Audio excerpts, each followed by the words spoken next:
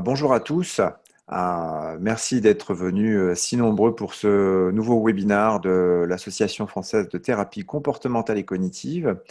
Avant de vous présenter le conférencier, on va juste vous parler rapidement de ce que c'est que le webinaire, comment ça fonctionne, pourquoi la FTCC le lance.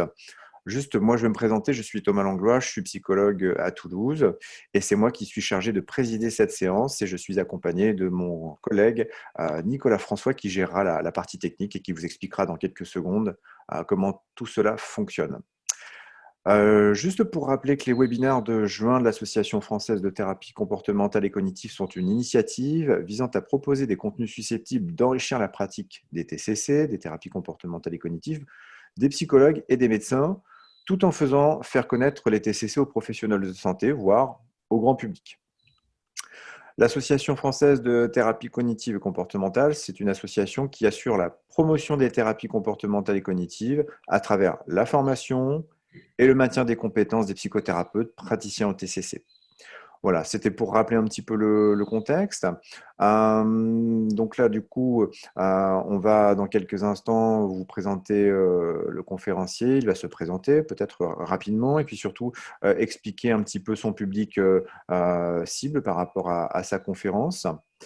On va aussi mettre en place un petit sondage. Un petit sondage qui va nous permettre de savoir quel est votre niveau de connaissance en TCC. Ce qui serait bien, c'est que vous y répondiez, c'est très rapide.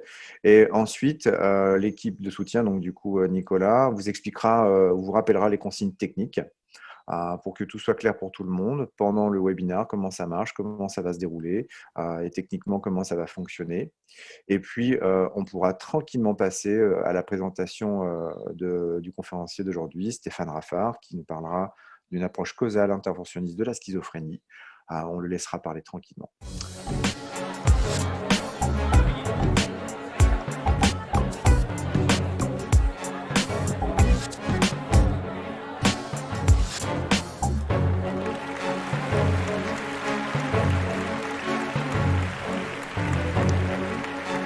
Moi, je vais vous présenter donc du coup très rapidement, il se présentera mieux que moi sûrement, Stéphane Raffard, qui est professeur à l'université de Montpellier.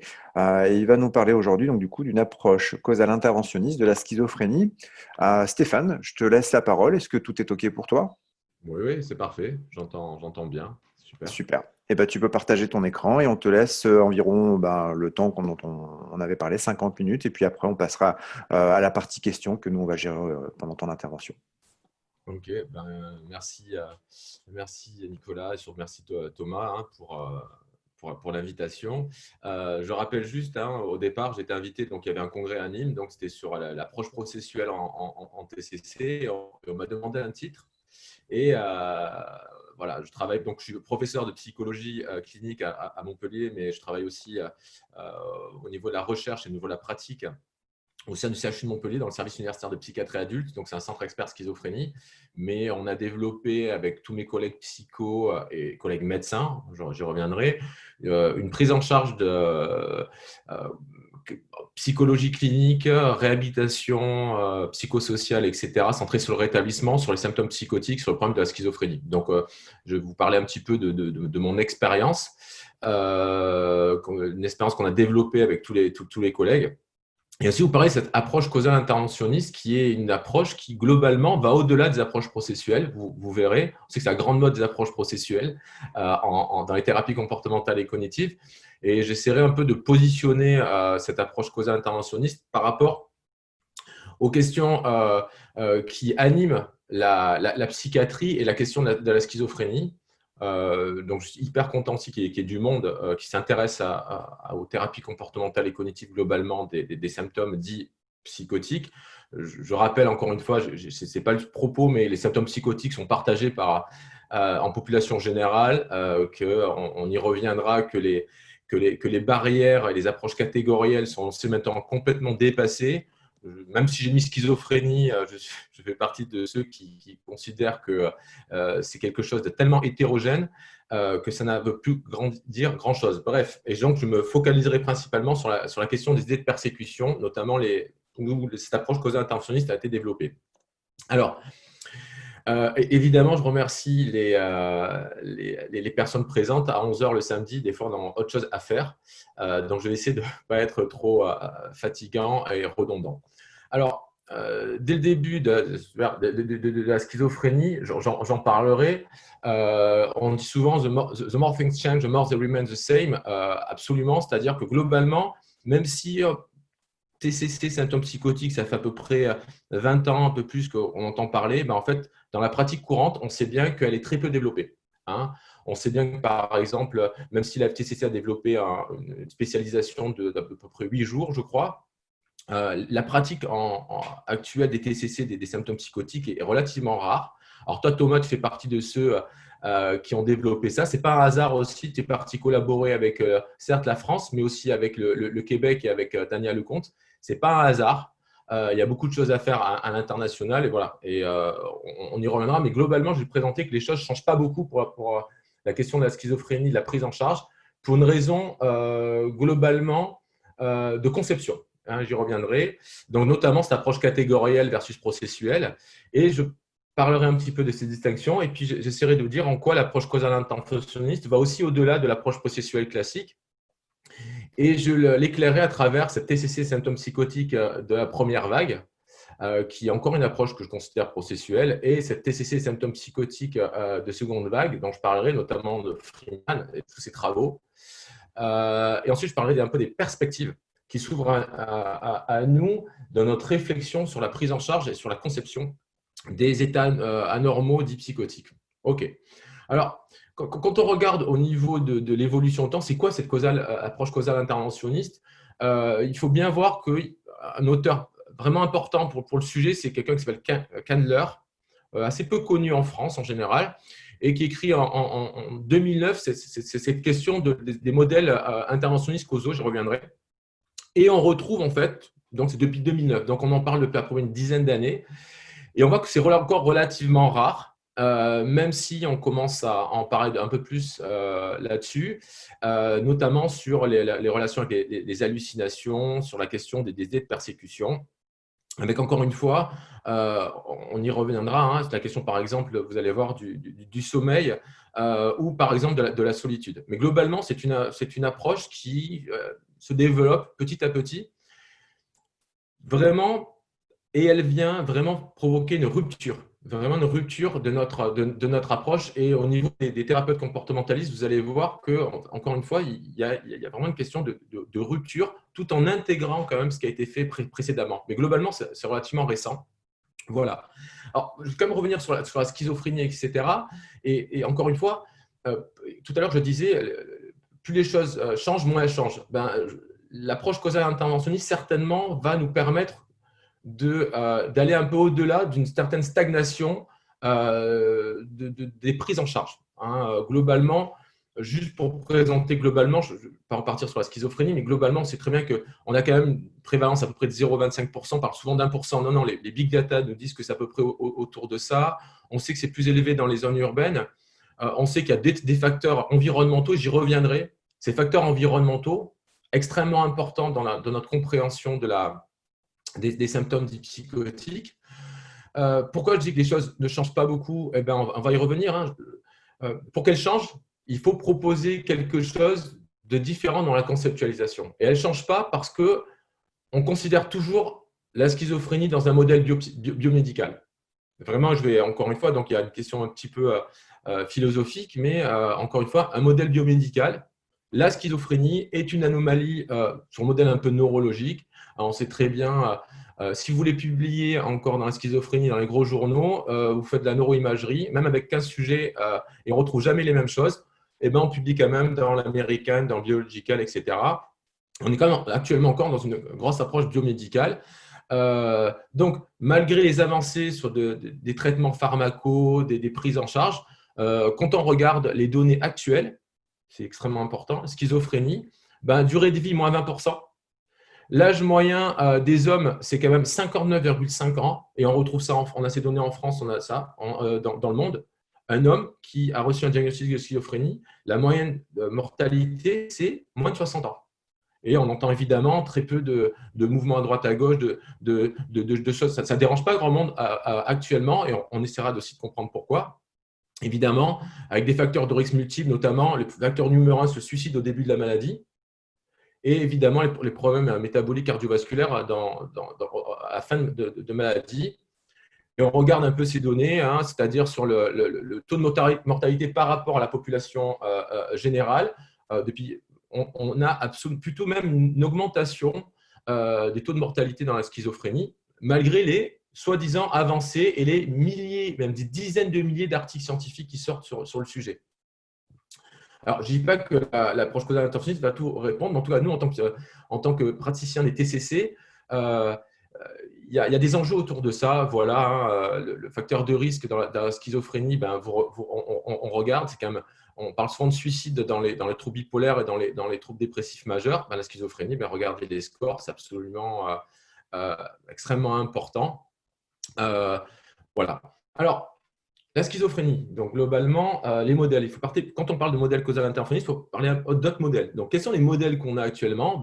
Tout à l'heure, Nicolas me disait le Salient syndrome. Tout de suite, on pense à schizophrénie, on pense dopamine, on pense hypothèse dopaminergique.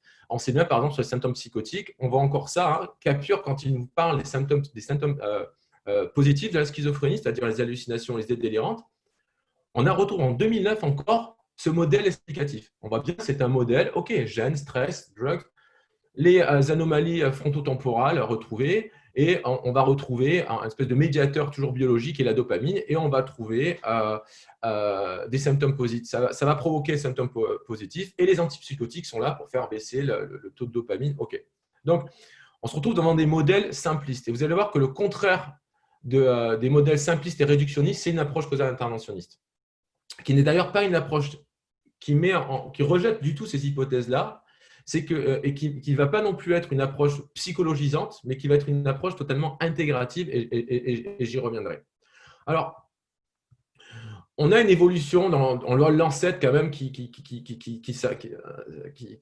sort cet énorme papier de Howe et Murray qui fait on a la même chose, on a les hypothèses dopaminergiques, on nous dit que les symptômes psychotiques paranoïdes c'est provoqué par cette Salient syndrome, ok, très bien, mais on voit que très rapidement on commence à intégrer la prise en charge de la psychologique et sociale, et on commence à intégrer une deuxième causalité. Si vous voyez bien ici, c'est en bas, ce sont les schémas cognitifs dysfonctionnels. Donc, on voit qu'on commence à rajouter une seconde cause. Mais on voit quand même des paranoïdes où on voit globalement deux hypothèses, deux écoles. Et on verra sur les TCC première vague, on a des phénomènes provoqués par des anomalies biologiques, et derrière, on a une partie psychologique qui rentre en jeu. C'est les interprétations. Par exemple, la voix, j'entends un bruit, j'interprète la voix comme puissante, comme omnipotente, et ça va provoquer la détresse que vont vivre les personnes. OK. Donc, on a déjà deux facteurs causaux. Ça commence à évoluer, mais on voit deux facteurs causaux principaux pour expliquer les idées paranoïdes. Je ne sais pas ce que les gens en pensent, mais vous allez voir que les données à littérature montrent que c'est un peu plus complexe que ça. Donc, vraiment, et on va y revenir. Et on verra d'ailleurs que les résultats des approches pharmaco, des TCC des premières vagues, donnent des résultats relativement faibles et aspécifiques. Et une des raisons pour lesquelles les études, les méta-analyses montrent des effets relativement faibles, des effect size faibles, au mieux à modérés, avec peu de durée dans le temps, peut-être que c'est en partie parce qu'on a essayé de simplifier le problème. Alors, c'est pareil pour le traitement antipsychotique. Hein.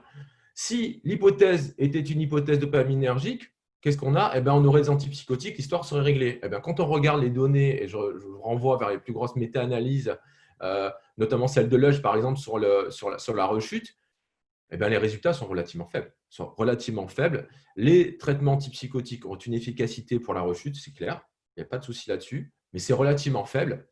Quand on voit sur le comportement agressif, il n'y a pratiquement rien. Aucune différence entre neuroleptique première et seconde génération. Pour la qualité de vie, vous preniez un placebo ou des antipsychotiques, il n'y a pratiquement rien du tout. Donc, on y reviendra aussi sur l'intérêt des modèles sociaux, psychologiques, de retour à l'emploi, toutes ces questions-là. Pour la reprise au travail, que vous preniez un antipsychotique ou pas, il n'y a rien. Les données montrent que c'est versus placebo, c'est rien. Alors attention, on a un effet placebo, mais voilà, voilà, il n'y a pas grand-chose. Et évidemment, la question va être des interventions psychologiques efficaces. Donc, hein, c'est le fameux éditorial. Il n'y a que les Anglais. On voit bien que la TCC, où elle est là où elle est la plus avancée dans le monde, c'est clairement les Anglais. Hein, on voit très bien, on sait que par exemple, les Guidelines NICE proposent en première intention les TCC des symptômes psychotiques. En France, Thomas, tu es bien placé pour le savoir, et vous autres aussi, autres collègues, pour implémenter autre chose que quelques groupes, c'est la croix et la bannière, tout simplement parce qu'on a une vision. Ouais, c'est sympa les TCC, ça peut un peu rajouter, mais globalement, l'antipsychotique, c'est le traitement de choix et c'est un peu compliqué de considérer les choses autrement. Bah, c'est normal. Si vous considérez que c'est une anomalie dopaminergique et que c'est une anomalie du cerveau, c'est certain que les approches psychologiques, c'est ouais, c'est sympa, mais bon, allez, c'est pour faire un peu joli. Et je parle aussi de tout ce qui est rétablissement. Il n'y a pas que les TCC, évidemment, ou la psychoéducation.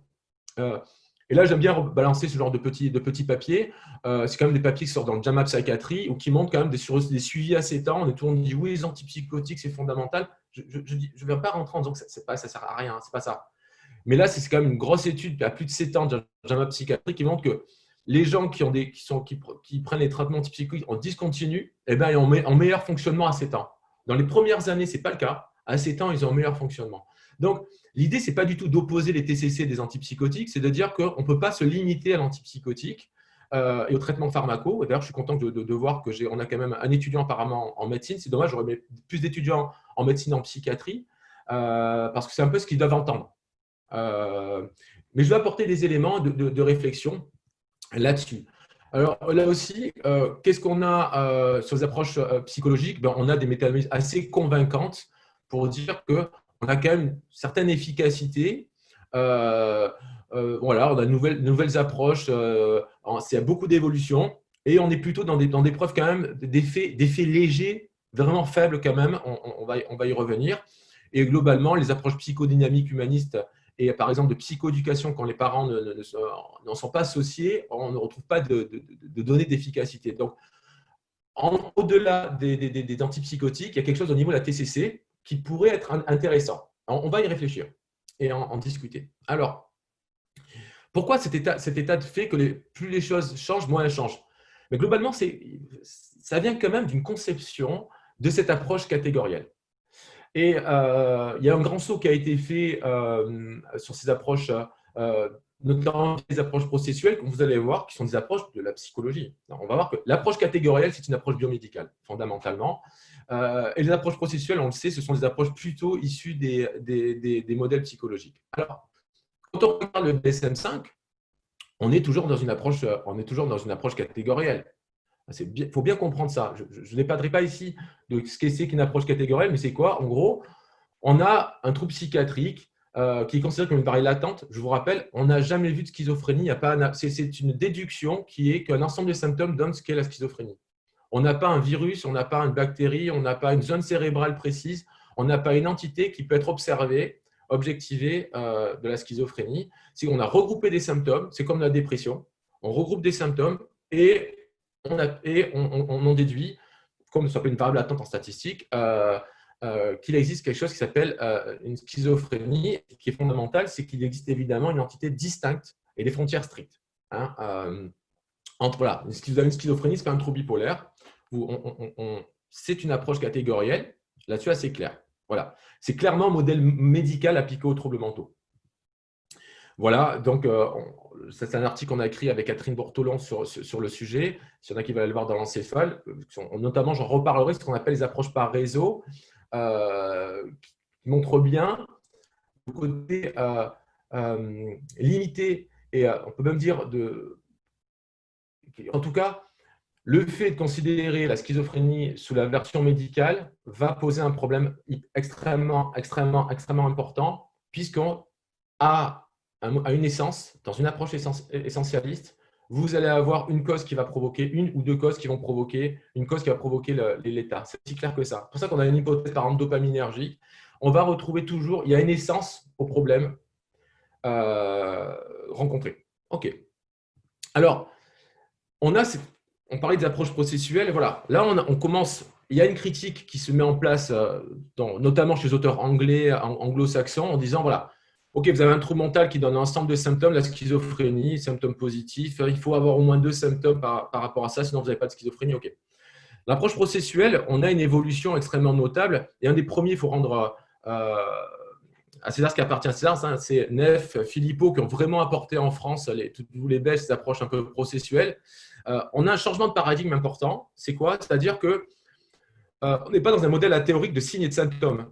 On commence dans les approches processuelles à parler de variables qui influencent et qui explicatives. Hein. La schizophrénie, vous avez des symptômes négatifs, il n'y a rien vraiment qui est expliqué. On a, soi-disant, dans le DSM, une approche théorique, OK. L'approche processuelle, et vous savez qui est très à la mode depuis quelques temps, et c'est tant mieux, va mettre les processus psychologiques en tant que médiateurs. Un trouble mental, même si vous avez des facteurs biologiques, des facteurs sociaux, des facteurs d'événements de vie, OK, vous avez les processus psychologiques qui sont des médiateurs. Donc, on ne va pas parler encore de causes, mais en tout cas qui sont médiateurs. Donc, évidemment, nous, en tant que thérapeute TCC, qu'est-ce qu'on va faire? On va travailler sur ces processus. Donc, en gros, c'est exactement ce que disent les collègues Neff et collaborateurs. L'approche processuelle va expliquer les phénomènes psychopathologiques par des processus psychologiques.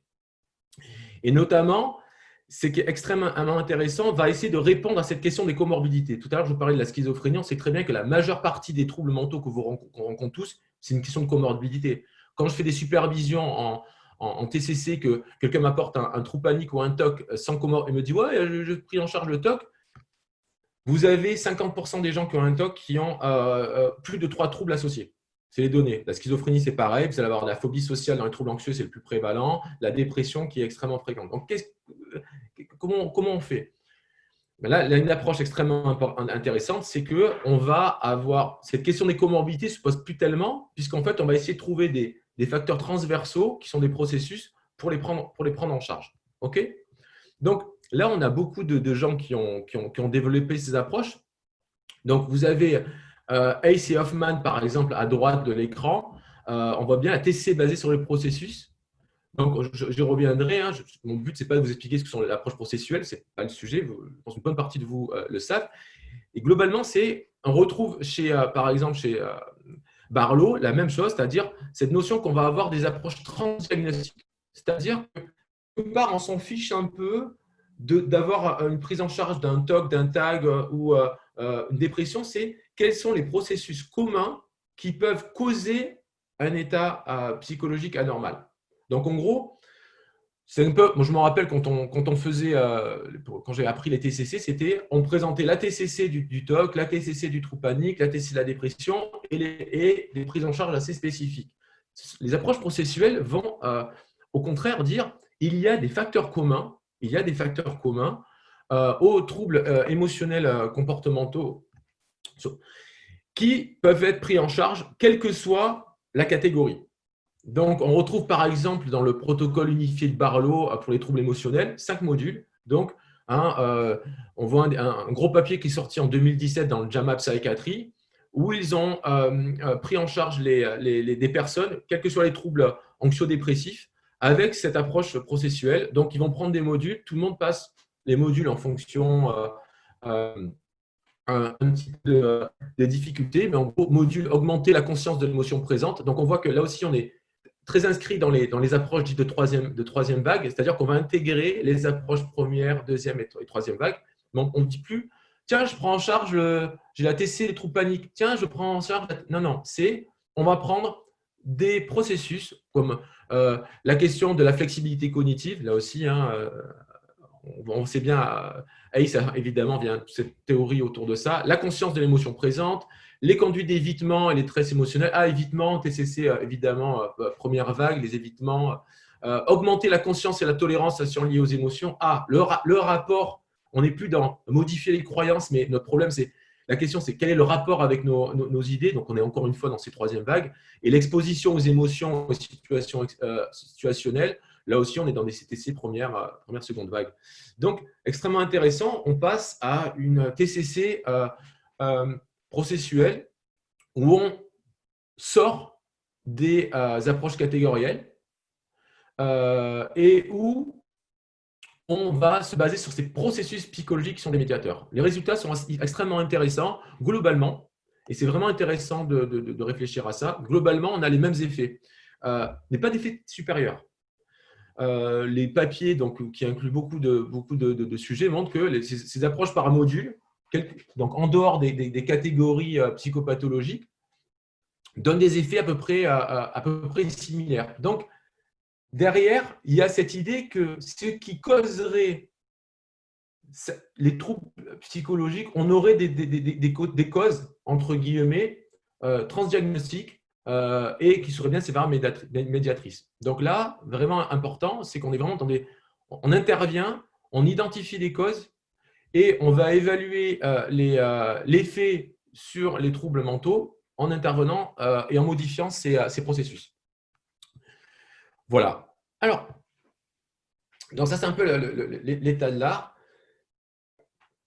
On a quelque part cette espèce d'intervention quand même très psychologique. Là, dans les approches processuelles, on va travailler, que ce soit les modèles de Wells, de Watkins ou autres, on va travailler sur la relation pensée, sur la focalisation, ou en ACT, ça va être sur la diffusion. On va travailler sur les thérapies d'exposition, très bien. Quel que soit le trouble, hyper intéressant. Mais c'est quoi cette approche processuelle ? Eh bien, vous allez voir que cette approche processuelle dont je vais un peu discuter, c'est pour aller un peu au-delà de cette approche-là, et elle provient d'une réflexion à la fois philosophique, c'est ce que je disais tout à l'heure, sur la nature des troubles mentaux. On ne peut pas y échapper. Dans l'approche processuelle, on considère que les troubles mentaux, ils sont médiatisés entre guillemets par, en tout cas, les médiateurs sont des processus psychologiques. Donc, ce n'est pas anodin. C'est une position épistémologique. Okay, donc, ça vient évidemment de cette réflexion de Candler, mais ça vient aussi d'une réflexion globale sur les cibles des interventions cliniques. Et je vais en parler sur la psychose enfin, vous allez me dire. Très clairement, une méta-analyse qui est vraiment importante en 2015 qui sort de l'équipe de Lincoln, extrêmement important, et qui évalue un petit peu l'efficacité des thérapies comportementales et cognitives versus placebo et versus surtout intervention psychologique non spécifique. Résultats hyper décevants. Les résultats sont hyper décevants, c'est-à-dire qu'on a une efficacité des TCC, globalement, versus waiting list, ouais, très bien, ça marche bien, vendre les waiting list, on a des effets déjà modérés. Par contre, quand on fait du counseling, quand on fait une prise en charge un peu active, eh bien, les effets deviennent pratiquement nuls. Qu'est-ce qui se passe? Pourquoi ça? Pourquoi cette déception? Parce qu'on a beau regarder, beau dire nous autres TCC, c'est super bien, ça marche vachement bien. Ben non, les données ne montrent pas que ça marche super bien. Tout à l'heure, je vous parlais des approches des antipsychotiques, ça marchait, mais ça ne marche pas super bien pour tout, pour n'importe quoi. Ben, c'est pareil pour les TCC. Alors, on pourrait donner plusieurs causes, mais je vais essayer en tout cas de vous en parler. Alors, globalement, l'approche processuelle, l'approche causale interventionniste, une des limites de l'approche retrouvée dans l'approche processuelle, c'est qu'il semble exister des relations, ça c'est important, des relations avec certains, là où il n'y a aucun processus psychologique qui ne relie la cause à l'effet. Je vais m'expliquer. C'est trop simple, c'est par exemple, dans une approche causaliste classique, processuelle, c'est un processus va provoquer un état anormal. OK ? Sauf qu'on sait que, par exemple, il y a des fois, ce n'est pas quelque chose d'actif, c'est une omission qui va jouer le rôle d'une cause. Comme par exemple, lorsque ma plante n'est pas arrosée, elle va se retrouver flétrie, par exemple. Okay, donc ça, c'est hyper important, c'est-à-dire qu'il peut y avoir une cause, peut-être une omission. Et je reviens là-dessus sur les données aussi de la littérature scientifique, et comment on doit se positionner en TCC. Par exemple, méta-analyse extrêmement importante, et je reviendrai notamment pour le sommeil, méta-analyse sur la solitude dans la schizophrénie. La solitude est associée à une augmentation extrêmement claire des idées délirantes et des hallucinations. Donc là, je sais que on va pouvoir dire oui, mais derrière, il y a des processus psychologiques. On n'en sait rien, on verra, on va en discuter. L'absence de contact, la solitude est un problème fondamental. Donc nous, en tant que cliniciens, Ça veut dire, je veux bien faire la TCC des voix, je veux bien faire, vous savez, comme c'est compliqué, la TCC des idées de persécution. N'empêche qu'un des trucs qui semble évident, c'est que quand les gens, ils sont seuls, ils n'ont pas de contacts sociaux, eh ben, ils hallucinent, ils délirent. Donc, et ça, c'est quelque chose d'extrêmement important. Donc, comment nous, en tant que thérapeute TCC, on prend ça en compte? Alors, vous allez me dire, oui, on va faire de l'activation comportementale. OK, on va y revenir. Mais en tout cas, il y a, loin d'être l'approche processuelle, la question de l'approche causale interventionniste, et je pense qu'elle est extrêmement importante, c'est qu'on va fondamentalement rechercher toutes des variables causales autres que les processus psychologiques. On va en fait aller dans un premier temps au-delà des processus psychologiques, je crois que c'est extrêmement important, et deux, on va remettre aussi en cause quels sont les processus psychologiques qui causent vraiment les états dont on parle, les états de persécution? Quels sont vraiment les processus psychologiques? Parce que vous allez voir, notamment dans la TCC des premières voies, moi j'appelle la première salle des TCC psychose, on a appliqué clairement un modèle issu de la dépression pour l'appliquer aux symptômes psychotiques. Et bien ça, ce n'est pas une approche causale interventionniste. C'est une erreur, c'est intéressant, mais ensuite, il faut le tester. Alors, je vais y revenir. Alors, la causalité en psychologie clinique, elle est posée très clairement, pour nous, psychologues, cliniciens, TCCistes, elle doit se poser à travers deux pathways, deux circuits. Un, il y a des études expérimentales, encore une fois, je vais y revenir. Si la TCC des psychoses première vague a des données relativement faibles, parce qu'en fait, vous allez voir qu'on ne s'est pas tellement posé des questions sur est-ce que vraiment ce que je prétends provoque ce que je pense. Et deuxièmement, vous savez très bien que dans les essais randomisés, souvent, même en TCC, quel est l'ingrédient efficace? La question de quel est l'ingrédient efficace? Souvent, oui, alors je fais de la normalisation, je fais la psychoéducation, je fais une expérience comportementale, mais quelle est la variable causale d'efficacité? Eh bien, cette question-là, souvent, elle est vraiment mise de côté dans les thérapies psychologiques. Quel est l'ingrédient efficace? Qu'est-ce qui marche? Alors, c'est par exemple dans la dépression, il y a des gros papiers qui sont sortis et qui ont posé en question sur la dépression. Peut-être que c'est l'activation comportementale qui est l'élément le plus efficace plutôt que la thérapie cognitive. Pourtant, vous voyez, il y a des débats comme ça. Et peut-être en fonction des gens, on y reviendra en fonction des gens, des situations, des contextes. OK? Mais globalement, les deux approches causales, et pour moi, ce sont les perspectives dont je vais parler, et qui notamment dans les idées de persécution, vous allez voir, les résultats de ces approches-là, des idées de persécution, montrent et augmentent vraiment de manière importante l'efficacité des études. OK? Alors, je reviens donc des modèles d'intervention TCC de la première vague pour repositionner, donc un peu comme les Big Four du thrash metal américain. Je reprends les idées de persécution. On est tous d'accord, on est dans les idées de persécution, on est dans des modèles continuistes. C'est un phénomène qu'on retrouve en population générale. Un modèle du continuum, je vous renvoie vers le modèle de Freeman. Ça part des préoccupations concernant le jugement d'autrui et ça finit avec le complot et puis les gens qui me regardent par la fenêtre, etc. Qu'est-ce qu'on a au début, hein, même si je simplifie, j'en excuse pour le propos, mais globalement, on a un modèle que vous connaissez bien, le modèle issu de la dépression. Là, l'événement déclencheur, B, c'est la croyance, c'est la conséquence émotionnelle. Qu'est-ce qu'on nous a appris globalement? Qu'est-ce qui provoque la détresse émotionnelle? C'est le B, c'est les croyances. Hein, on a ça, c'est important. Et qu'est-ce qu'on a qu'est-ce qu'on a pour les symptômes psychotiques? On a exactement ça, ce n'est pas moi qui le dis. Hein, on a une revue de Fiery avec toute l'équipe anglaise, Kingdom, etc., qui vous disent quoi? Cognitive model de la psychose suggère que le facteur clé qui influence les symptômes psychotiques, ce sont les interprétations.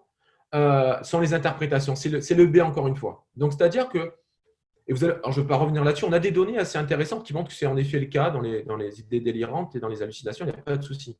En tout cas, on plaque un modèle issu de la dépression, on le plaque aux symptômes psychotiques. Et qu'est-ce qu'on va faire? Évidemment, on va avoir des interventions issues du modèle TC classique, des tests dans la réalité, tout ce qui est hypothèse alternative, on va avoir des expériences comportementales.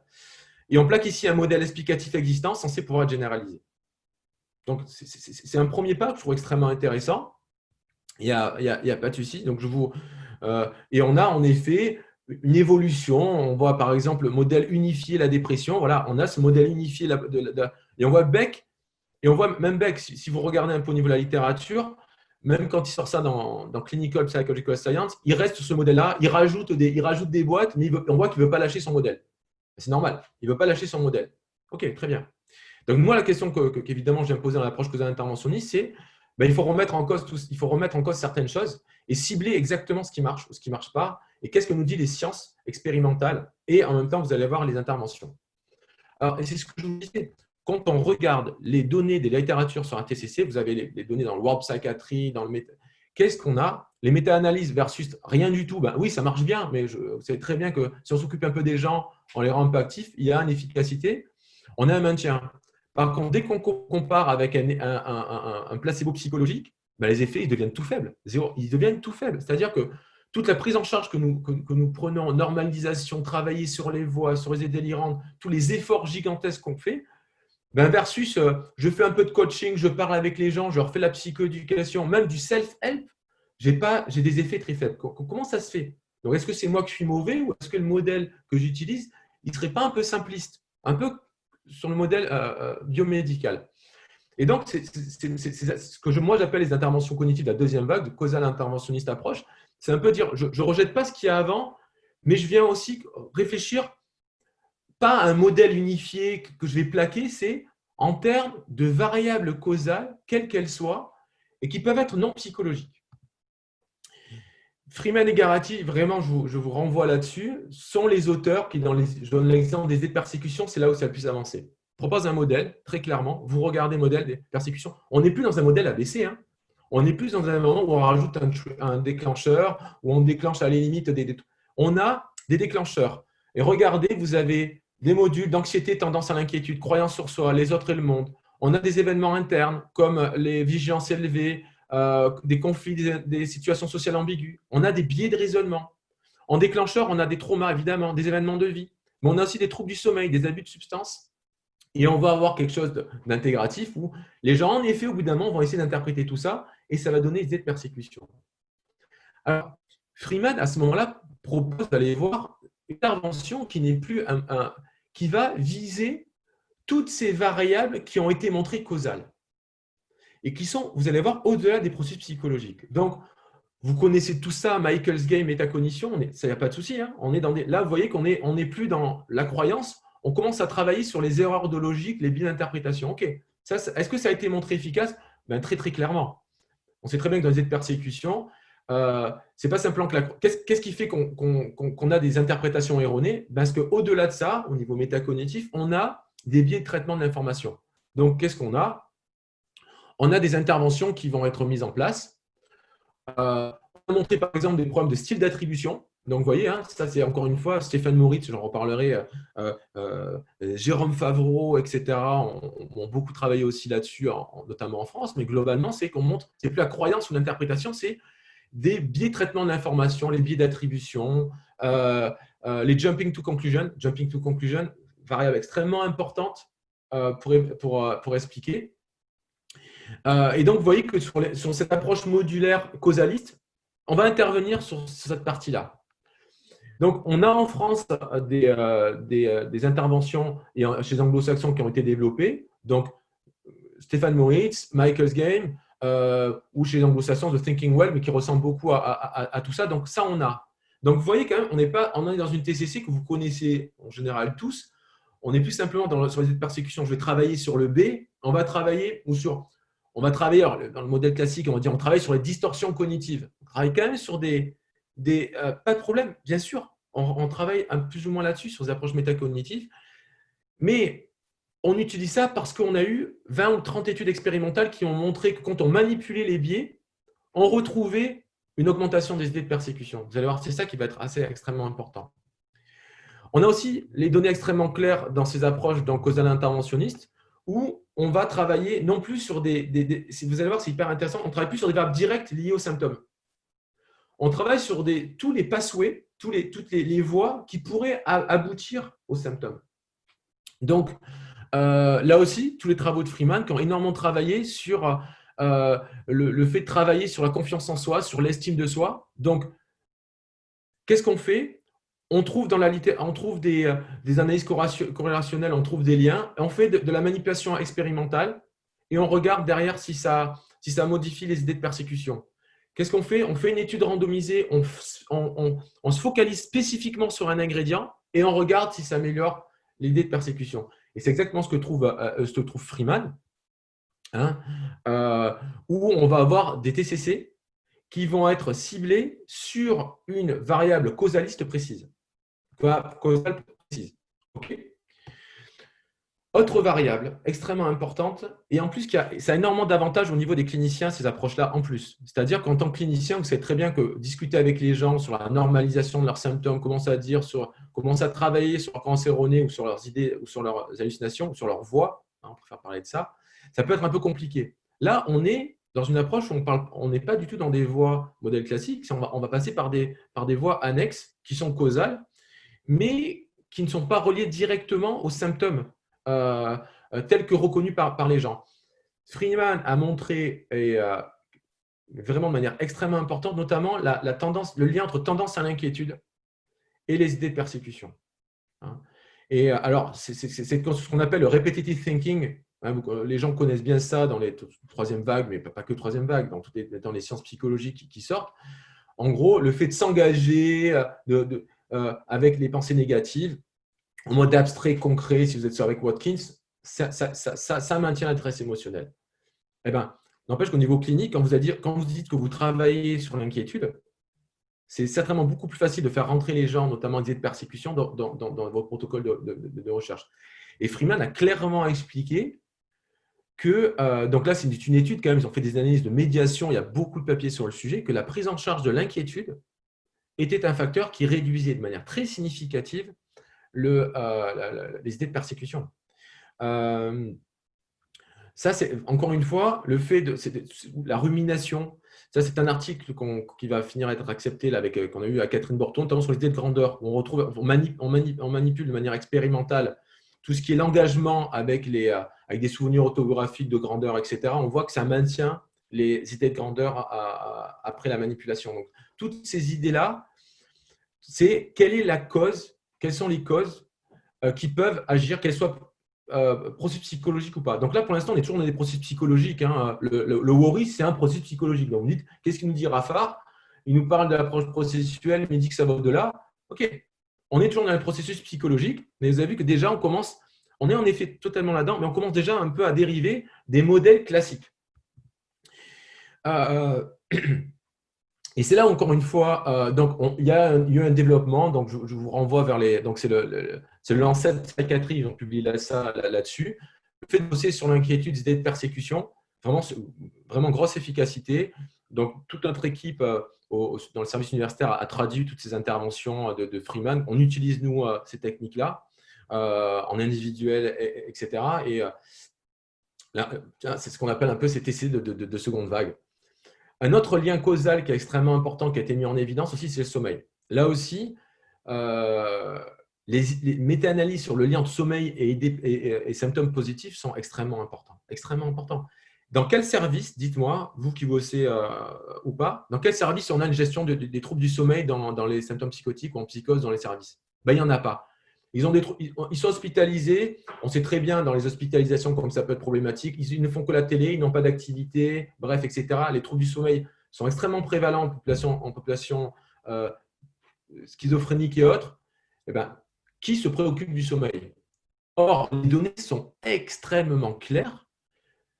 Étude longitudinale, donc là, je ne vais pas revenir là-dessus, mais comment montrer une causalité? On en parlait juste avant, c'est soit en manip, on fait une étude expérimentale, étude longitudinale ou étude interventionnelle. Les études longitudinales sont très claires. Trouble du sommeil, prédicteur d'apparition des idées de persécution et des hallucinations aussi. Et le lien exact serait certainement la durée de sommeil. Quelle est la durée de sommeil en fonction des personnes? 5 minutes. Waouh, je fonce. Donc, vous voyez que là, on n'est pas dans un processus psychologique. Je sais que les gens vont dire, oui, mais on peut travailler. Non, non. Le sommeil est une variable causale extrêmement importante et extrêmement intéressante à travailler. Vous voyez qu'on n'est plus dans le B. Voilà.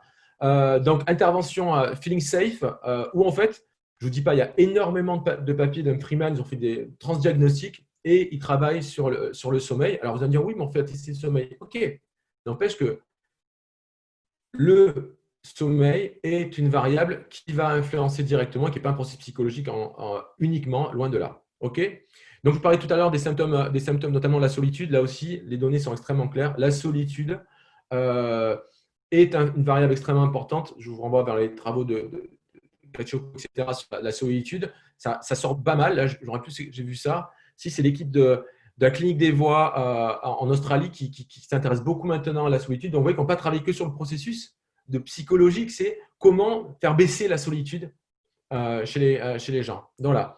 Donc, je pense que j'ai presque terminé.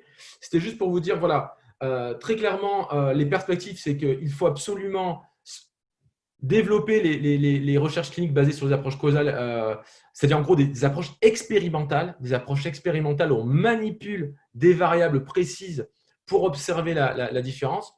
Évidemment, faire évoluer le pratique TCC, ce n'est pas rejeter du tout ce qui a été fait avant, c'est de dire qu'il y a d'autres variables et d'autres données en littérature qui montrent que les idées de persécution, ça se prend bien, les données des idées de persécution par les Anglais, elles sont vraiment bonnes, prises en charge. Mais ils vont prendre en charge des variables comme le sommeil, ils vont prendre en charge des variables comme la solitude, la tendance à l'inquiétude.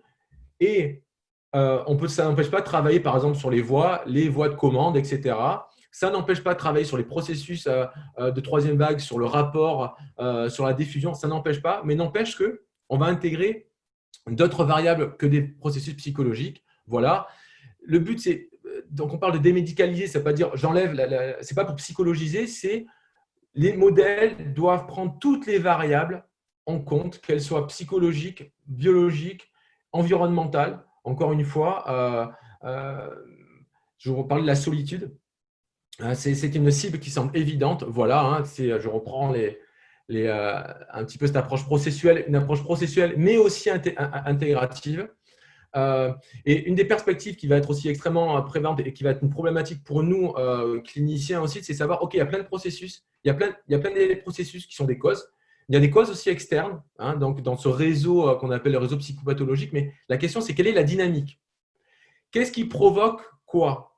Est-ce que c'est je suis déprimé, j'ai un trouble du sommeil, donc j'ai un trouble du sommeil, c'est une idée de persécution? Ou est-ce que c'est j'ai des idées de persécution parce que je prends du cannabis qui entraîne un trouble du sommeil, qui va entraîner une baisse d'activation comportementale? Moi, en tant que clinicien, je commence par quoi? Je commence par le worry, je commence par le sommeil. Et ça, c'est encore très, très peu clair dans les approches causalistes parce que les approches causalistes sont souvent des approches expérimentales où la temporalité et la dynamique intersymptôme n'est pas pris en compte. Donc, ça, c'est ce qu'on appelle actuellement les approches par réseau qui sont en train de se développer, notamment grâce à l'aide certes de modèles statistiques, mais aussi beaucoup d'espace sampling méthode qui vraiment va être hyper intéressant, c'est savoir qu'est-ce qui déclenche quoi, pour quand, à quel moment et pour quel patient. Là, par exemple, toutes ces approches, on voit bien que, notamment, c'est la dépression, ce qu'on appelle tous les symptômes pour, mais vous avez une dépression qui provoque un tag. Mais chez plein de personnes, vous avez des événements qui ne sont pas du tout les mêmes. Par exemple, pour Bob, un déclencheur, ça va être, pour Alice, c'est une rupture amoureuse. Pour Bob, c'est la perte d'un job. Pour Alice, ça va être un autoreproche, une pensée suicidaire, des problèmes de sommeil, blablabla, qui vont arriver au tag. Pour Bob, le réseau de symptômes, ce n'est pas le même.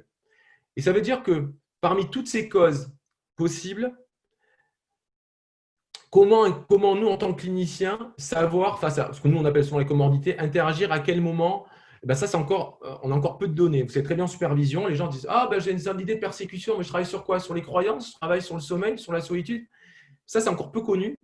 Et vraiment, ces approches par réseau vont certainement nous aider beaucoup plus, et pourront même être individualisées, à essayer de répondre sur cette espèce de dynamique temporelle de la cascade de causes. Voilà, je crois que j'ai terminé au niveau de ces perspectives, mais c'est encore vraiment pour l'application clinique, il y a encore beaucoup de boulot, mais je voulais juste vous introduire ça.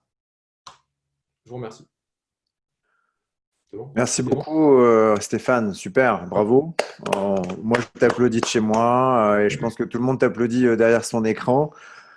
Présentation rapide, concise, avec énormément de données très, très intéressantes et puis qui vont justement amener beaucoup de réflexions et il y a pas mal de questions. Alors, j'en ai sélectionné quelques-unes. Je te propose de te les donner. Il y en a une.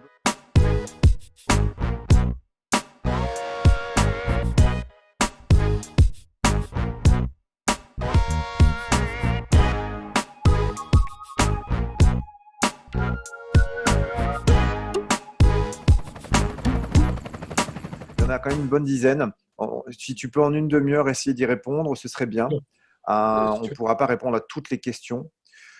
Du coup, une première question concerne… Alors, on va les reprendre depuis le départ parce qu'il y en a eu pas mal. Allez, on va prendre celle-là. Donc, concernant la durée et la qualité du sommeil, qui sont des prédicteurs de la schizophrénie, la question c'est n'en serait-il pas aussi parfois des facteurs déclencheurs? Alors, des facteurs déclencheurs de la schizophrénie ou des facteurs, des facteurs déclencheurs de la schizophrénie? Ouais, je pense. Je pense que c'est l'intention. En tout cas, alors, si on dépend de la schizophrénie, je sais, si on est sur des approches par réseau, tout à fait, ça peut être des déclencheurs, c'est-à-dire qu'on peut avoir des états stables, on le voit bien. Typique, je pense qu'on a tous été confrontés au niveau de la clinique avec ces étudiants de médecine qui sont en train de travailler comme des gros malades, super stressés, qui réduisent leur temps de sommeil à peau de chagrin et qui viennent avec ce qu'on appelle une bouffée délirante. Et qui sont hospitalisés avec un trouble psychotique. Bref, donc, et toute la question classique, c'est est-ce qu'il avait des vulnérabilités biologiques, etc. Ben oui, certainement. Donc, bien sûr, qu'on peut retrouver tout à fait des troubles du sommeil qui peuvent être des facteurs déclenchants, mais si on prend les approches par réseau, c'est parce que derrière, il y avait tout un ensemble de facteurs causaux qui étaient dans une position relativement instable de santé et qui d'un coup basculent dans la pathologie. Donc oui, ça peut être en effet, on a des gens, on sait bien que la privation de sommeil, on a des études expérimentales extrêmement claires, c'est pour ça qu'on parlait d'approche causale. Vous privez les gens de sommeil, vous avez des symptômes psychotiques et c'est hyper connu, bien sûr, tout à fait. Ouais. Après, la question, c'est est-ce que les gens reviennent ou ne reviennent pas? La question, c'est est-ce qu'on a un état stable?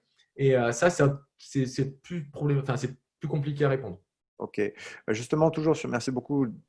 Toujours sur le sommeil, là, il y a une personne, Laurence Bernard, qui demande comment travailler sur les troubles du sommeil en TCC. Tu peux en une minute ou deux nous donner quelques pistes?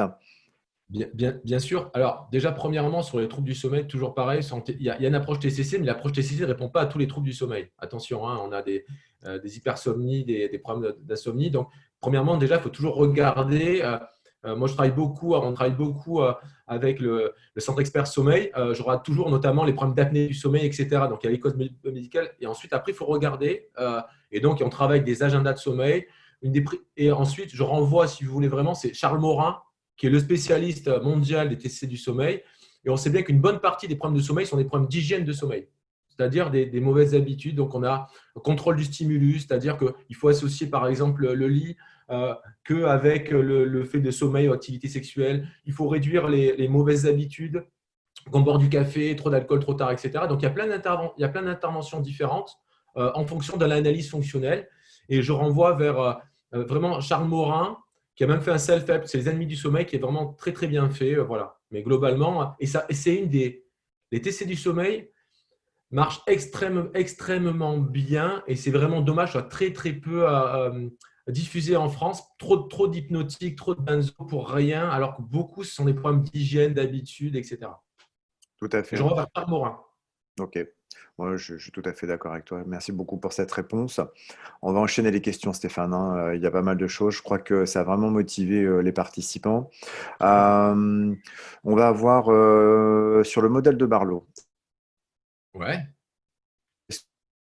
Sur le modèle le modulaire. C'est ça? La prise en charge.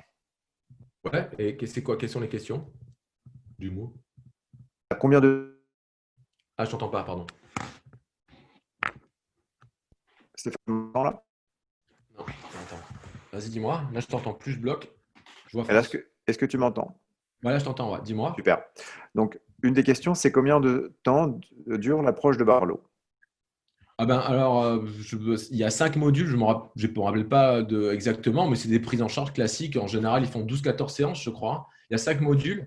Donc, c'est des approches au niveau du temps, c'est exactement le même temps qu'au niveau des TCC dites classiques. Alors, attention, ce sont chaque fois des études randomisées. Donc, le temps, on le sait bien, ça dépend énormément. Nous, on a dans notre service universitaire, je coordonne la consultation TOC spécialisée. Ça peut être 3 mois de prise en charge comme 1 an, si ce n'est pas plus. Donc, ça dépend évidemment, c'est individualisé. Mais eux, dans les études randomisées, c'est 12-14 séances, je pense. Je peux Ouais, regarder. ouais, ouais. Non, non, je Non? crois que c'est pertinent de dire qu'effectivement, il y a une variabilité parce que c'est vrai que Oui. souvent, on enseigne que les TCC, un standard, 12, Non, 15, non, 16 non. séances. Après, je crois que c'est important de bien rappeler que avec les personnes qui ont des troubles psychotiques, on peut très...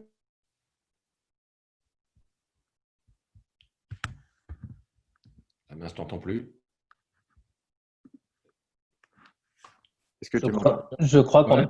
je crois qu'on a perdu Thomas. Ça y est, on t'a retrouvé. Alors attention, Barlow, c'est pour les troubles, c'est vraiment pour les troubles émotionnels. C'est une méthode qui n'est pas appliquée du tout aux symptômes psychotiques, hein. Barlow, il faut bien le revoir. Je donnais l'exemple transdiagnostic, etc. J'ai regardé le papier, c'est ça, entre 12 et 16 séances, hein, comme d'hab. Et d'ailleurs, une des limites de l'efficacité des traitements psychologiques quand ils sont utilisés avec les études randomisées, c'est qu'on est hyper limité et c'est très peu individualisé. D'ailleurs, c'est peut-être pour ça qu'on a des effets aussi relativement modestes dans la prise en charge TCC. Ok.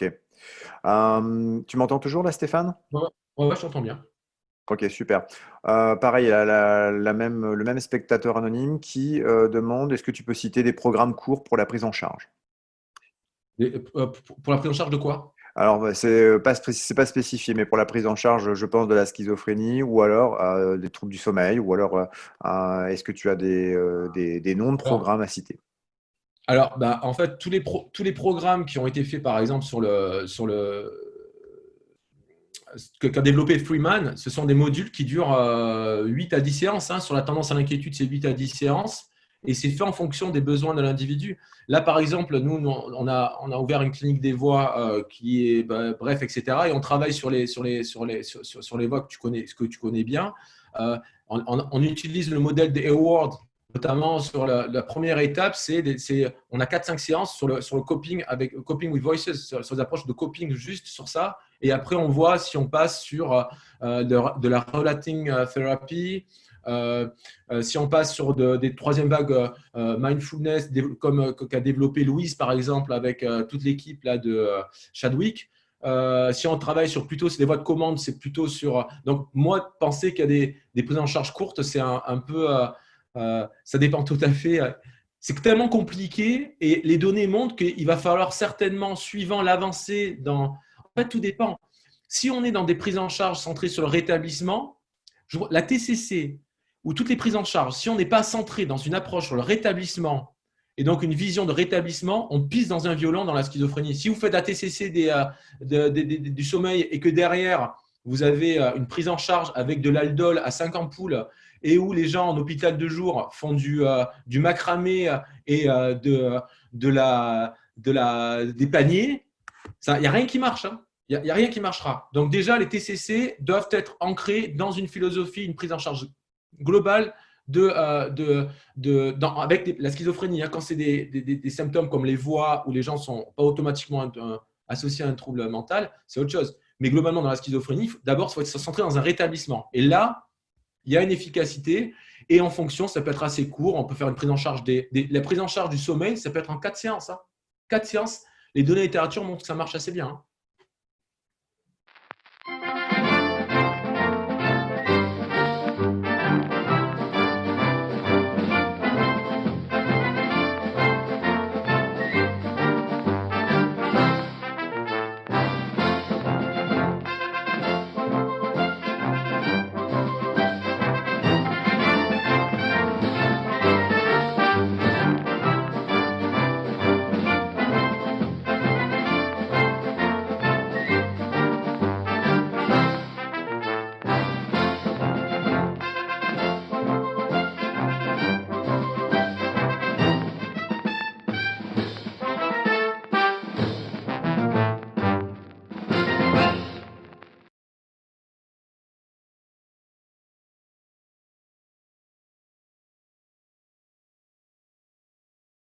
Schizophrénie qui sont institutionnalisées et celles qui sont à domicile.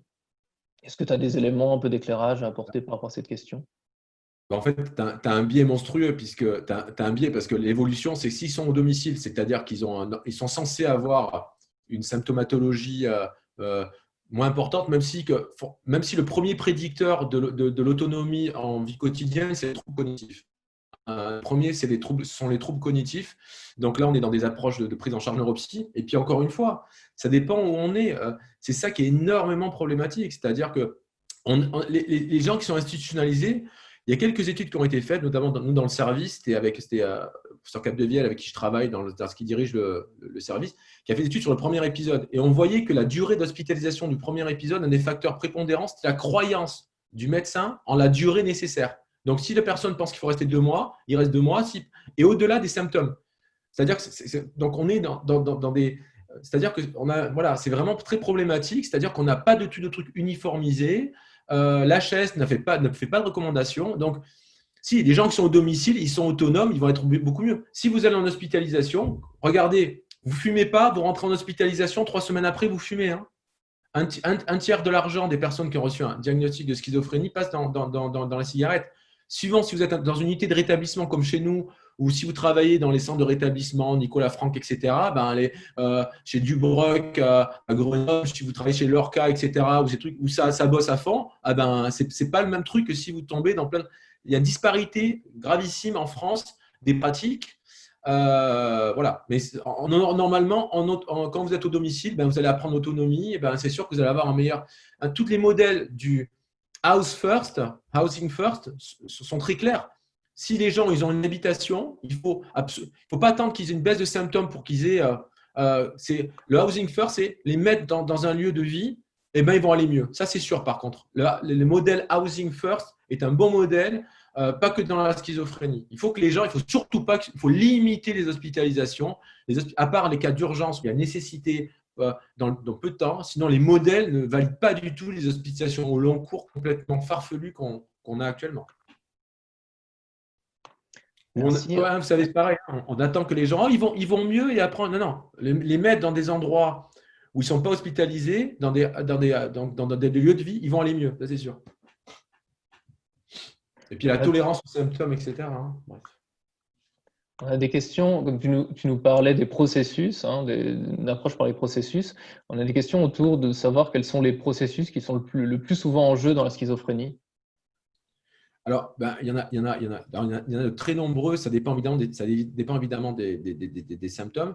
Et si on prend les idées de persécution dont je parlais, on a les processus de biais de traitement, biais de raisonnement, ça retrouve les biais de raisonnement, même dans la seconde vague, moi j'appelle ça. Et après, les modèles unifiés rentrent parfaitement là-dessus, on est tout à fait d'accord. C'est-à-dire que ce soit les voies, les idées de persécution, tout ce qui est repetitive thinking, le fait de s'engager avec le fait de lutter contre, c'est clair et net qu'on retrouve ça très bien. Par exemple, les idées de persécution, la tendance à l'inquiétude est clairement est un des processus les plus impliqués. Donc, bien sûr, tous ces processus. Vraiment, on va retrouver donc les tendances à l'inquiétude, le repetitive thinking. On va retrouver des processus aussi des fois comportementaux, mais globalement, sur les idées de persécution, je vous ai un peu tout mis. Les processus de biais de traitement d'information, là aussi, bravo aux travaux de Stéphane Moritz et autres.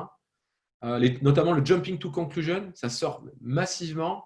Le fait de faire des sauts aux conclusions. Donc, tout ça, ce sont des processus parmi les plus fréquents. Ça sort beaucoup dans la schizophrénie, c'est jumping to conclusion et pour les idées de persécution, la tendance à l'inquiétude. Ça, c'est sûr. Mais il y en a certainement d'autres. Donc, c'est les études qui sont nécessaires encore. Et on a des questions autour des conceptions de la schizophrénie, notamment la conception de la schizophrénie comme une psychose au sens structurel, avec un fonctionnement vu comme inaltérable, pas guérissable, etc. Même en cas de disparition des symptômes ou quand les symptômes ne s'expriment plus. Est-ce que tu as des choses à dire dessus j'ai pas envie de façon un peu globale. Ouais, j'ai pas envie de repartir dans des guéguerres stériles, mais j'étais formé moi à l'approche psychoanalytique lacanienne quand j'étais plus jeune étudiant il y a fort longtemps. Il n'y a pas plus stigmatisant que de considérer la psychose comme une structure. On a tous les trucs là sur les psychoses blanches, etc. Pour moi, ce sont des approches médicales catégorielles. Ça n'a aucun sens. Nous autres, de toute façon, en psychologie, en TCC, vous savez très bien qu'on travaille sur des analyses fonctionnelles, on travaille sur des situations problèmes, on travaille sur des processus. Le diagnostic n'a pas. Le diagnostic, l'approche structurale, c'est une approche essentialiste catégorielle. Donc, j'ai déjà dit que scientifiquement, ça ne tient absolument pas la route. On n'a aucune donnée d'une catégorie. Avec la question des comorbidités, la question le modèle de continuum, etc., ça n'a Ça n'a aucun sens pour des données scientifiques. Et ensuite, au niveau de la prise en charge, dès que vous prenez vous avez quelqu'un qui a une hallucination, tout le temps les gens font des jumping to conclusion, une voix, ils ont dit hallucination, des idées, psychose. 4 à 5%, et Thomas le sait très bien, des gens qui n'ont pas de troubles mentaux entendent des voix de manière chronique. La moitié de ces personnages vivent très bien avec. Alors après, les gens vont me dire oui, mais ils ont une structure psychotique. Voici, si vous voulez. Ouais. Mais pensez qu'il y a une structure psychotique modifie le comportement du thérapeute. Et quand on pense, le thérapeute, il pense il y a rien, attention. Moi, j'ai vu des gens qui avaient des TOC sévères. Et j'avais des thérapeutes qui pensaient que derrière, il y avait une structure psychotique sous-jacente. Il ne fallait surtout pas toucher aux symptômes parce que sinon, ça allait décompenser. Ton message principal, c'est de dire que la façon de se représenter cet aspect de structure, finalement, ça a des conséquences sur la façon dont la personne est prise en charge et potentiellement sur le fait de se dire qu'il n'y a peut-être rien à faire. Et que l'idée de se dire qu'il n'y aurait rien à faire par rapport à ça, ça serait délétère. Évidemment. Quels que soient les autres aspects. Les représentations de la schizophrénie sont en grande partie totalement erronées, on le sait très très bien. Et une des visions les plus stigmatisantes sont par les soignants et par les anciennes théories. Si je vous faisais une description de Henriet, où j'avais encore mes collègues dans un ancien psychiatre qui vous décrit la schizophrénie avec l'hébéphrénie, non mais c'est n'importe quoi. Vraiment, je suis très, très clair là-dessus. Désolé, c'est n'importe quoi. Je suis revenu, vous m'entendez ? Ouais. Oui, on t'entend. Ah, super. Bon, je suis désolé, j'ai eu un gros problème de connexion, difficile à régler. J'ai loupé pas mal de questions et d'échanges. Peut-être rebondir du coup sur ce que tu disais là, Stéphane, et puis ce que je disais avant que ça coupe. Effectivement, je crois que les interactions sociales sont importantes. Le groupe a développé énormément au niveau des interventions. Aujourd'hui, en France, il y en a encore très peu. Et puis, la déstigmatisation est vraiment essentielle aussi, c'est-à-dire que, et je suis d'accord avec toi, hein, et les études le montrent, ça vient principalement, malgré ce qu'on pourrait croire, des soignants qui stigmatisent énormément leurs patients avec des approches qui sont peut-être trop réductionnistes et qui visent effectivement à faire baisser les symptômes et qui parfois n'en parlent même pas puisque de toute façon, il faut les faire disparaître. Du coup, je fais un petit peu le lien parce que tu me tendais des perches aussi avec l'étude Accept Voices qu'on mène et sur l'intervention groupale qu'on a développée pour justement permettre à la fois aux patients qui sont suivis en psychiatrie et aux soignants de pouvoir ouvrir ça sous une approche groupale, de permettre aux patients d'échanger leur expérience. Ça, c'est vraiment important. De leur donner des éléments, des clés à différents niveaux pour pouvoir justement les aider à mieux comprendre, mieux accepter, travailler aussi sur des éléments d'hygiène de vie. Et puis permettre aux soignants, lorsqu'ils se forment à cette approche, de pouvoir entrer en contact avec eux et ne plus avoir peur de parler des voix, de parler de ses expériences, pour justement laisser la parole aux patients et laisser la possibilité chez eux de parler de leur vécu, de leurs difficultés. Alors donc après, ça va permettre et ça va créer des ouvertures énormes sur la possibilité de travailler sur les croyances, sur qu'est-ce qui peut les déclencher, les voix notamment. Comment ils les gèrent, qu'est-ce qu'ils souhaitent aussi faire avec leur voix, parce que souvent, des fois, on a l'impression que les voix sont tout le temps très, très, très négatives. Certaines voix peuvent être plutôt aidantes et d'autres moins aidantes. Et ça, c'est vraiment, vraiment très important de le repérer. Le groupe le permet, en tout cas, de manière plus puissante, je pense. Et puis surtout, avec Accept Voices, on permet aux soignants et aux personnes qui sont demandeurs de soins de pouvoir s'entendre et de créer des ouvertures par rapport à ça. Donc ça, c'est vraiment important. Alors, j'ai perdu un peu le fil des questions, je suis désolé. J'imagine qu'il y en a eu, peut-être que Nicolas a dû reprendre la main là-dessus et à permettre de te poser d'autres questions. Est-ce que… ah oui, là j'en vois une. Je ne sais pas si elle a été posée celle-là quand j'étais pas là. La prise en charge des autres délires érotomaniaques, mégalomanes est-elle pareille que celui de persécution ? Ok. Alors, une très bonne question. Là, actuellement, nous menons avec Catherine Bortolon, donc, qui est maître de conférence associée, enfin, maître de conférence tout court, pardon, à Grenoble, et qui travaille aussi dans le service psychiatrie avec Julien Dubroc. On a des protocoles sur les idées de grandeur. Les données non, on a le problème actuel, c'est que les idées de persécution, malgré ce qu'on pense, se prennent relativement bien en charge, notamment avec ces approches de tout ce que Freeman a développé, le worry, le sommeil, sur les croyances, sur plein de choses, etc. Sur la réalité virtuelle aussi très intéressante dans les situations sociales ambiguës, exposer des gens, bref, les techniques d'exposition pour invalider leur croyance, etc. Sur les idées de grandeur, que dalle, il n'y a rien du tout. On a un vieux modèle qui date de plus d'une dizaine d'années, je crois, et on n'a rien sur la prise en charge. On avait Beerschut, on avait un peu parlé à l'époque, où ils sont toujours dans cette approche première vague sur les croyances. Ils essaient de travailler. En fait, on ne sait pas grand-chose là-dessus. Nous, on travaille en gros, voilà. Donc, les données montrent que certainement qu'il faut travailler. C'est certainement un autre phénomène. Certainement, peut-être, là aussi, on essaie de travailler un peu sur sa notion de how, c'est-à-dire le how, c'est un espèce de phénomène de vécu émotionnel un peu particulier entre grandeur, peur, qu'on retrouve face à quand on se trouve devant des grands paysages pour voir s'il n'y a pas des espèces d'anomalies émotionnelles par rapport à ça. Mais globalement, non.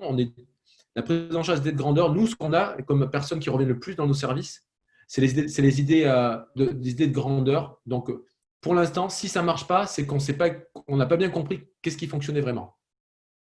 Ok, ça marche. Une autre question, je pense qu'elle n'a pas été posée, celle-ci. Du coup, on demande la différence entre l'approche causale interventionniste et l'approche de Borsboom. Alors, l'approche, très intéressant, c'est extrêmement interconnecté. Alors, Borsboom, on appelle c'est une approche par réseau. C'est parce que tu as une approche par réseau que tu as un lien de causalité. Il faut faire attention là-dessus parce qu'en fait, encore une fois, il faut des approches longitudinales et autres. L'approche de Borsboom, c'est un modèle statistique qui te permet de voir toutes les interactions mutuelles. Et les covariances, ça peut permettre de prendre ça en compte. Donc, c'est très complémentaire. C'est ce que j'ai présenté après, c'est-à-dire dans cette approche-là. L'approche causale interventionniste, globalement, c'est je veux chercher quelles sont les causes. Et je considère qu'une variable est une cause quand chaque fois que je manipule cette variable-là, j'ai une VD qui se modifie. Et dans l'approche causale interventionniste, pourquoi elle sort des approches processuelles? C'est que qu'importe ce soit une approche psychologique ou pas, moi, ce que je cherche, c'est quelles sont les causes qui provoquent une ou deux VD. Et l'approche causale interventionniste va en plus chercher avant tout, via les études randomisées, parce que c'est ça, causal interventionniste, c'est causal, mais interventionniste. C'est que je vais montrer qu'une variable est causale en utilisant une thérapie clinique qui modifie précisément en manipulant cette variable, change la VD. Donc, c'est pour ça que les interventions, c'est du style j'interviens sur le worry et je baisse les idées de persécution.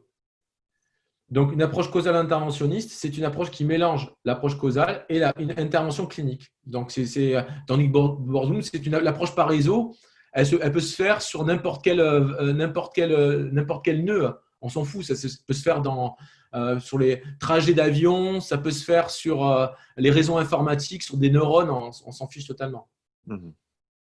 Okay. Bon, globalement, après, encore une fois, je ne suis pas le roi de spécialiste mathématiques. Ça me rappelle en informatique, tout à l'heure on parlait de Nicolas d'études d'ingénieur, mais les approches aussi par graphe, etc. Mais en gros, l'approche par réseau, c'est des méthodes statistiques, donc qu'importe ce que tu mets. Tandis que causal interventionniste, c'est une approche appliquée à la clinique. Ok.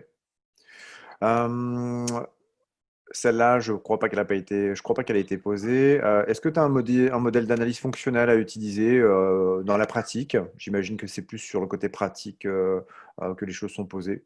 Qu'est-ce que tu en penses, toi?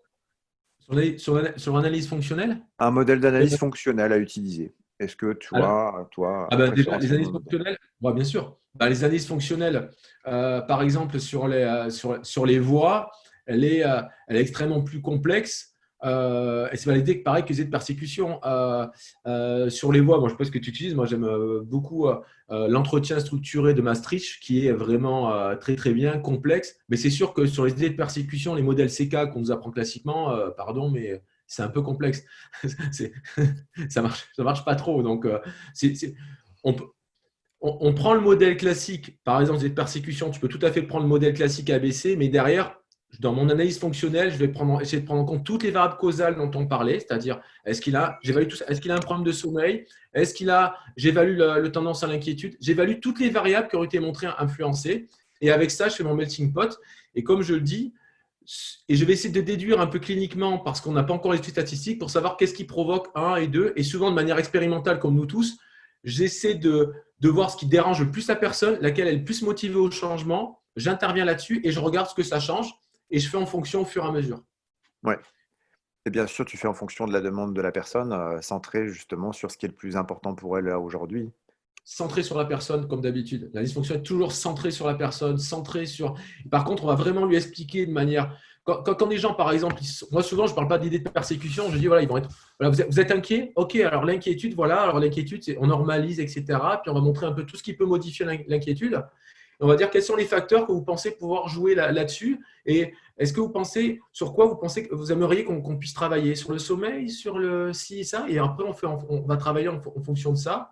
Moi, j'ai travaillé récemment avec une personne qui avait deuxième fois, troisième fois hospitalisée pour des idées de persécution, qui avait bien répondu au traitement pharmaco. J'ai travaillé de manière, écoutez, franchement, direct, en travaillant sur le sommeil et en travaillant sur le worry, on a eu des effets extrêmement intéressants, vraiment, mais super bons. Elle n'avait pas de problème de tolérance à l'incertitude, elle n'avait pas de problème de biais de traitement, de jumping to conclusion. Mais troisième fois hospitalisée, à 1 an, ça se maintient et super. Et principalement chez elle, c'était la tendance à l'inquiétude. On a fait l'analyse fonctionnelle qu'on fait tous, on évalue et on regarde et on intervient en fonction. Elle dit, le sommeil, ah ouais. Et elle est partie sur le sommeil et ça a baissé très vite les trucs. Hein. Et le worry, beaucoup de worry. Oh, super. Freeman, sur les idées de persécution, il faut lire Freeman. Ce mec, il a vraiment révolutionné par, par l'approche des idées de persécution. Ouais. Sans valider ce qui a été fait. Ouais, je pense que ça, c'était une question juste pour peut-être ceux qui ne sont pas connaisseurs ou thérapeutes. Peut-être qu'il y en a chez les participants. À un moment donné, c'était la question qu'est-ce qu'un TAG? C'est un trouble anxieux généralisé. Donc, du coup, c'est un système d'inquiétude qui se met en place par rapport à l'incertitude. Et effectivement, donc, avec les personnes qui ont des troubles psychotiques, on va s'intéresser à ce système d'inquiétude en lien avec les préoccupations concernant leurs idées délirantes ou leurs hallucinations pour justement essayer de faire en sorte que cette inquiétude diminue et qu'ils tolèrent peut-être un peu plus à l'incertitude liée à l'apparition de ces phénomènes. Hein. Tu me dis si je me trompe. Hein. Cliniquement, je donne l'exemple souvent, c'est vous avez quelqu'un qui, par exemple, qui croise une personne qu'elle connaît, un voisin, qui ne lui dit pas bonjour. La personne va commencer à se dire, ah, il ne me dit pas bonjour, mais peut-être qu'il fait exprès, il m'en veut, etc. Très bien. Mais si les choses s'arrêtaient là, on passe à autre chose. Mais qu'est-ce qu'on a montré qui va se passer dans les idées de persécution? Il va commencer à y penser, il va commencer à augmenter. Et puis s'il est seul, s'il n'a pas d'activité, qu'il est seul, sans parler à des amis, il ne peut pas avoir des avis contraires et il va faire que ça. Et donc, on a une augmentation des idées de persécution classiques. Donc, on voit bien que c'est bien beau de travailler sur le fait d'avoir une interprétation alternative, c'est très bien. Mais si on ne travaille pas sur la tendance à l'inquiétude… Absolument. Absolument.